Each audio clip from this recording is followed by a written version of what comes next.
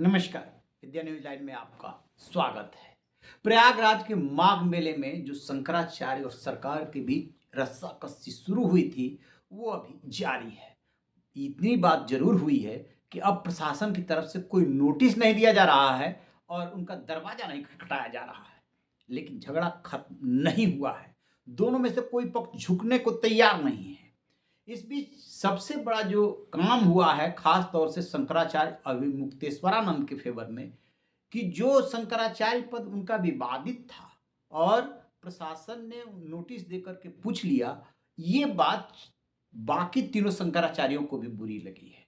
और जितने भी धर्माचार्य हैं, बेशक वो सरकार की तरफ से हों, उनको भी बुरी लगी है। उसमें से कुछ ऐसे हैं कि ये सरकार और प्रशासन कैसे पूछ सकता है। ये तो पूछेंगे तो धर्माचार्य पूछेंगे या कोर्ट पूछेगा। आप कैसे पूछ सकते हैं? आप होते कौन हैं? एक बात। इसी बीच में वो अनशन पर थे। 2 बार उनकी तबीयत बिगड़ी अभी मुक्तेश्वरानंद की। उन्होंने गंगा स्नान अभी तक नहीं किया है, तो वो अपना विरोध जारी रखे हुए हैं। आज जो है उनके शिष्य हैं मुकुंदानंद, वो जाकर के पुरी के शंकराचार्य निश्चलानंद सरस्वती से मिले हैं और उनकी बात हुई है और उस दिन के घटनाक्रम के बारे में उन्होंने ब्रीफ किया है।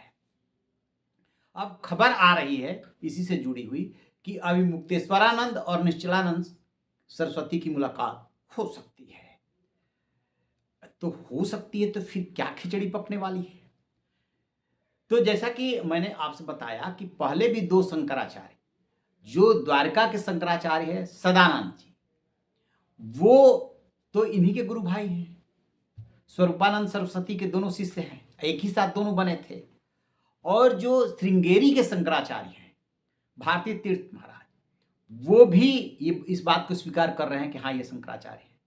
पुरी के शंकराचार्य जो निश्चलानंद जी हैं, वो जरूर ये कहते रहे हैं, पहले उनका विरोध था, लेकिन इस बार उन्होंने लाडला शब्द का इस्तेमाल किया। और जब अभी एक दिन पहले पत्रकारों ने उनसे पूछा उनके स्नान को लेकर के, और जो उस दिन हुआ था मौनी अमावस्या के दिन, उसको लेकर के, तो उन्होंने कहा था कि झगड़ा मत लगाइए।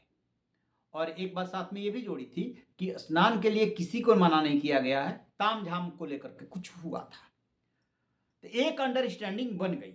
अब जो मौजूदा 4 शंकराचार्य हैं, तो उसमें से तो एक अभी मुक्तेश्वरानंद जी हैं ही, तो 3 अब उन्हें एक तरह से स्वीकार कर लिए हैं कि जो भी विवाद था पहले था, लेकिन अब उनको वो स्वीकार कर रहे हैं।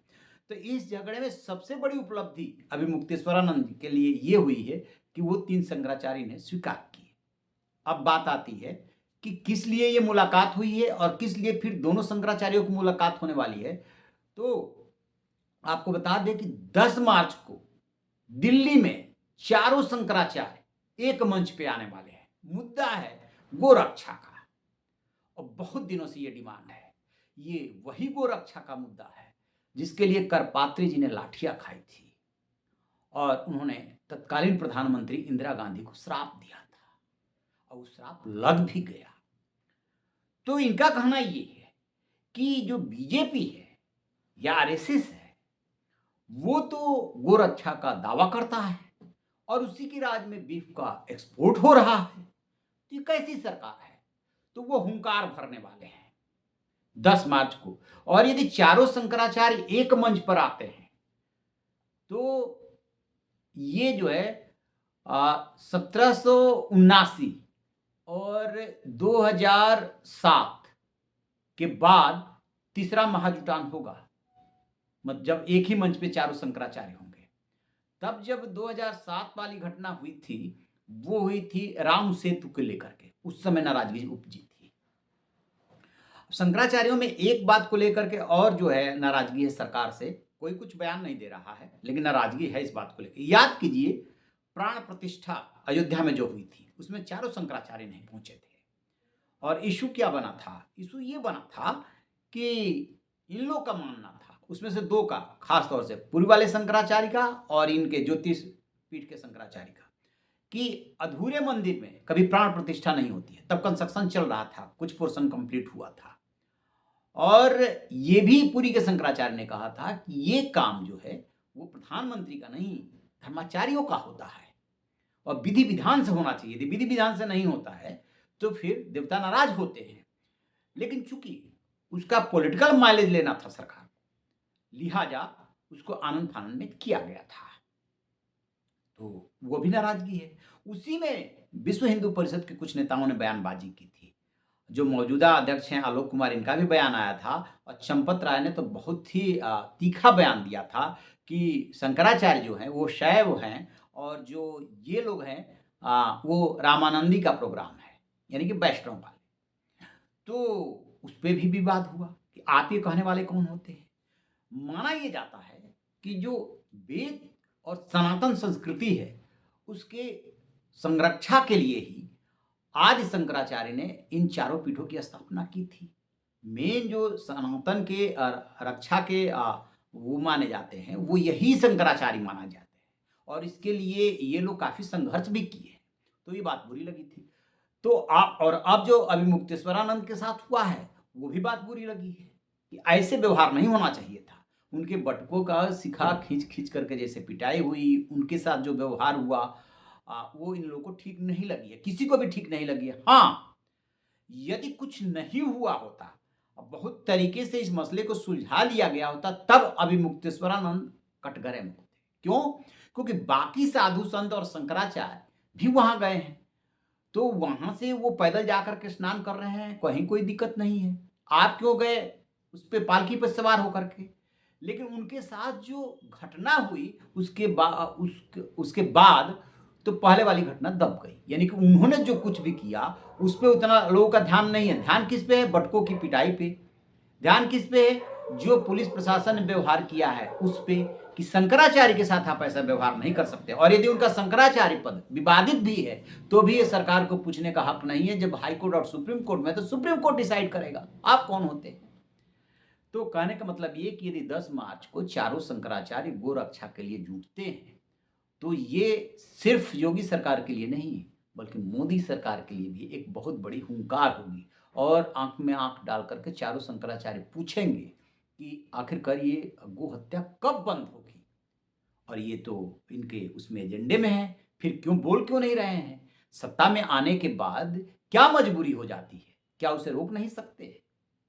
अब उन्हीं के पार्टी के बहुत सारे नेता खाते हैं और वो डंके की चोट पे बोलते हैं। वही सवाल ये लोग कर रहे हैं। तब देखते हैं। बहरहाल उधर जो है गृह मंत्री अमित शाह लखनऊ में थे, यूपी दिवस मन रहा है और 24 से 26 तक के कार्यक्रम चलना है। सीएम योगी समेत उप मुख्यमंत्री वगैरह ने उनका स्वागत किया, फिर उन्होंने यूपी की उपलब्धियां बताई, मंच से प्रेरणा स्थल पे कार्यक्रम हुआ और ये भी बताया कि कैसे फिर से हम यूपी जीतेंगे। तो वो तो राजनेता हैं, वो तो बोलेंगे ही बोलेंगे। लेकिन 3 घटनाएं ऐसी हुई है जो यूपी में बीजेपी के लिए आगे चल करके मुश्किलें पैदा करेंगी। सबसे पहले ब्राह्मण विधायकों की बैठक और प्रदेश अध्यक्ष बीजेपी के पंकज चौधरी का तीखा बयान आना, एक बार नहीं 2 बार, और अल्टीमेटम शब्द का इस्तेमाल करना। तो जो विधायक हैं वो डर सकते हैं कि उनका टिकट कट सकता है या उनके पार्टी में कैसे एडजस्टमेंट होगा वगैरह वगैरह। वो जो ब्राह्मण वोटर्स हैं वो क्यों डरने लगे, एक बात। और वो उनके कोई बधुआ तो है नहीं। दूसरी घटना जो ये अभी मुक्तेश्वरानंद है, शंकराचार्य बनने के बाद इनके उससे जात हट जाती है, किसी जात के नहीं रहते, क्योंकि तो सन्यासी हो गए, दंडी सन्यासी शंकराचार्य। ये भी यदि और जड़ में जाएंगे तो ये भी तो उमाशंकर उपाध्याय हैं। तो क्या ये बात दूर तलक नहीं जा रही है कि ये किसके साथ व्यवहार हो रहा है? बात तो दूर तलक जा रही है। और इसमें समाजवादी पार्टी और कांग्रेस ने जिस तरीके से पोस्टर वार खेला है, वो आप इतना कह करके कि ये विपक्ष से मिले हुए हैं या उधर के माउथपीस बने हुए हैं, आप जिम्मेदारी से नहीं भाग सकते। ये लोकतंत्र है, बोल तो कोई भी सकता है। तो ये घटना हो गई दूसरी। और इसके बाद जो सबसे बड़ी घटना है, जिसमें कि न सिर्फ ब्राह्मणों तक सीमित है बल्कि पूरा सवर्ण जिसको लेकर के यूनाइट हो रहा है, वो है यूजीसी की जो गाइडलाइंस 2026 आई है, जो गजट पे प्रकाशित हुआ है। उसमें जिस तरह से सवर्णों की उपेक्षा हुई है और एक तरह से उनके बारे में ये पूर्वाग्रह बना लिया गया, वही अपराधी है। सारी गलतियां, सारी बदमाशियां सिर्फ और सिर्फ सवर्ण करता है। उसमें एससी का जिक्र है, एसटी का जिक्र है, विकलांग का जिक्र है, महिलाओं का जिक्र है, ओबीसी का जिक्र है, सिवाय जनरल कोटे वालों को छोड़ करके। तो वो उसका टोन बता रहा है कि ये जो लाया गया है वो रेगुलेशन वो सिर्फ़ और सिर्फ़ जो है जनरल कोटे वालों के लिए है। और 2-3 उसके प्रोविज़न ऐसे हैं जिसका जवाब सरकार के पास नहीं है। यदि झूठी शिकायत होती है, तो फिर उसको क्या सज़ा मिलेगी जिसने झूठी शिकायत की है? उस प्रोविज़न को आपने हटा दिया। यानी वो देवता है, वो कोई गलती नहीं कर सकता। जो शिकायत करने वाला है, वो देवता है, वो कोई गलती नहीं कर सकता है। गलती तो सिर्फ़ जो है जनरल कोटे वालों से गलती होगी, वो गलती नहीं कर सकता। और जो पूरा का पूरा टोन है, अब बीजेपी के नेताओं का कुछ बयान भी आया, पोस्ट भी आया है कि नहीं, नहीं उसमें ऑलरेडी जनरल कोटा इंक्लूड है।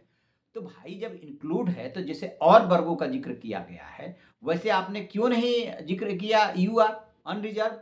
वो तो आपने ज़िक्र किया नहीं है। और झूठी शिकायत करने वाले को आपने अभयदान दे दिया और ये मान लिया कि सिर्फ़ ये गलतियाँ करते हैं, ये उत्पीड़न करते हैं। तो वो यूजीसी वाला जो मुद्दा है, वो बढ़ता जा रहा है और जिस तरीके से मनमोहन सरकार यानी यूपीए सरकार में जो एक बिल लाने की कोशिश हुई थी उसमें कम्युनल वायलेंस बिल, तो वो उससे इसके प्रोविज़न मिल रहे हैं क्योंकि उसमें क्या किया गया था? उसमें ये किया गया था कि जो भी गलती होगी वो बहुसंख्यक की होगी। अल्पसंख्यकों को ऐसे ही अभयदान दिया गया था कि वो कोई गलती नहीं कर सकते।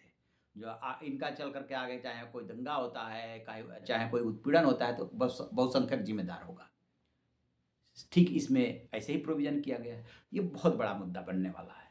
अब देखते हैं कि बीजेपी और सरकार की भी तो नज़रें रहती है कि कैसे इससे निपटे, तो कैसे ये लोग निपटते हैं। लेकिन ये 2-3 घटनाएँ जो है, वो कम से कम सीएम योगी पर तो बहुत भारी पड़ने वाली है क्योंकि उन्हीं के मंत्रिमंडल में देख लीजिए कि केशव प्रसाद मौर्य का क्या बयान आता है जो डिप्टी चीफ मिनिस्टर हैं।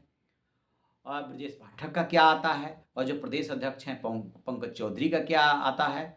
ये पंकज चौधरी ने कहा कि संतों का हमें हमेशा आशीर्वाद मिला है। केशव मौर्य ने तो बल्कि माफ़ी ही मांग ली कि गलती हुई है लेकिन स्नान कीजिए जो जांच करा के कार्रवाई की जाएगी। तो माना जाता है पंकज चौधरी हों चाहे केशव मौर्य हों चाहे ब्रजेश पाठक हो कि ये दिल्ली के लोग हैं, दिल्ली से कनेक्टेड हैं। तो इनकी जो आपस में रिफ्ट है, इनफाइटिंग है, अंदर ही अंदर, ये बाहर नहीं झलकेगा। वो भी कहीं न कहीं इसमें इन्वॉल्व है। आपकी क्या राय है? कमेंट बॉक्स में ज़रूर बताइएगा। Thank you.